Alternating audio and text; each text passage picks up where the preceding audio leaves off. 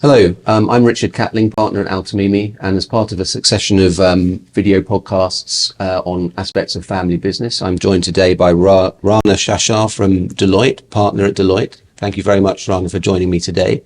Today we're going to be talking and focusing on areas of dispute resolution and how they impact family businesses and how members of those families can look at structuring and other aspects of resolving and mitigating and trying to avoid disputes in when thinking about how their ownership and governance of family businesses is conducted. And this is obviously an area of concern given the importance of family businesses to the region, and the problems that can arise from families who find themselves in disputes. Quite often those problems can have a real serious impact on the business itself, not just the family members who take ownership of that business. So Rana, again, thanks you very much for joining. I think the first point, and really if we're starting at the beginning, as it were, clearly no family wants to be in dispute. Dispute arises as a result of friction, contention around issues of ownership and how the business may be being run and who's in control. And really, I don't know if you'd agree, but the best way to avoid those sorts of disputes initially is to have some proper governance and ownership structures in place so that there's a clear understanding in terms of how businesses are controlled, governed and run, because with those, if it's clear and understandable, already you're halfway down the road to trying to avoid areas of misunderstanding that can quite often end up in turning into a proper dispute. Thanks a lot, Richard, and I'm delighted to join you in this session. I completely agree. A proper governance model is really very important to mitigate any disputes between the family members. And this starts with the board of directors. There are different things that should be considered by the family in that having a separate family board from a corporate board also helps a lot.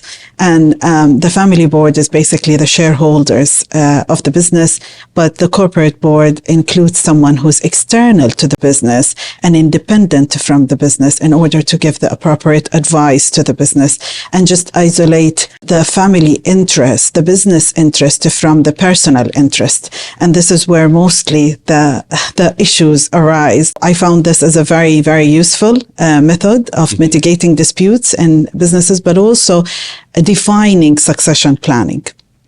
And that's something really important to be there from the start. Okay, of the business is what will happen if someone dies? What will happen if if the owner and the founder decides to leave?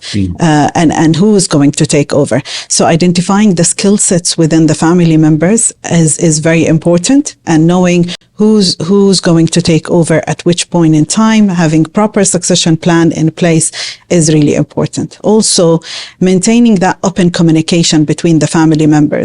And this is where I think most of the family struggles. Having an honest discussion and open communication into the skill set that is within the family, and how can they grow that family business to meet some of the other interests within the family, so no one feels that they are in an unfair position because the family is moving into a certain direction.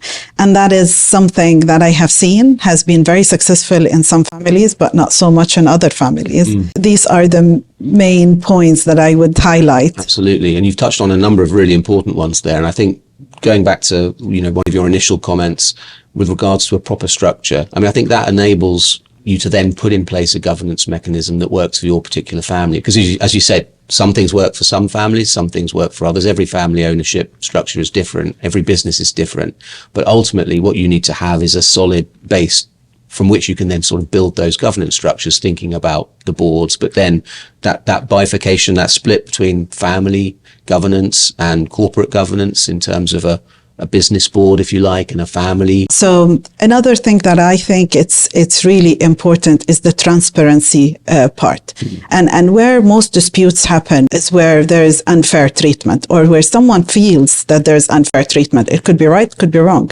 But if there is access to the data and maintaining those data in a really very appropriate way, it will avoid that dispute from happening, because they will have access to the shareholders' account. They can see the numbers and they can then feel comfortable that there is no unfair treatment. And this is really a key part of any succession plan, isn't it? Because disputes often arise at that transference of ownership, where first generation moves to second generation, etc. That's normally, in our experience, where we see these issues arise. And so really families need to plan for that event. And all of the aspects that you've mentioned, that's a real key part of that succession plan. Absolutely. And they have to engage with that process earlier on.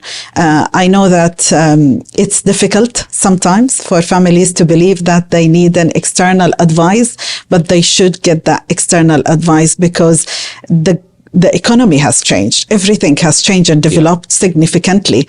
And in order to prevent that business from losing that market share and other aspects, and to ensure also a continuous success to the business, having that advice earlier on in terms of the legal structure and the governance structure and the succession plan structure and methodology is something essential. Absolutely. Rana, thank you so much for joining me today. It was a really insightful conversation, and thanks everyone for tuning in. Thank you. Thank you very much, Richard. Thank you.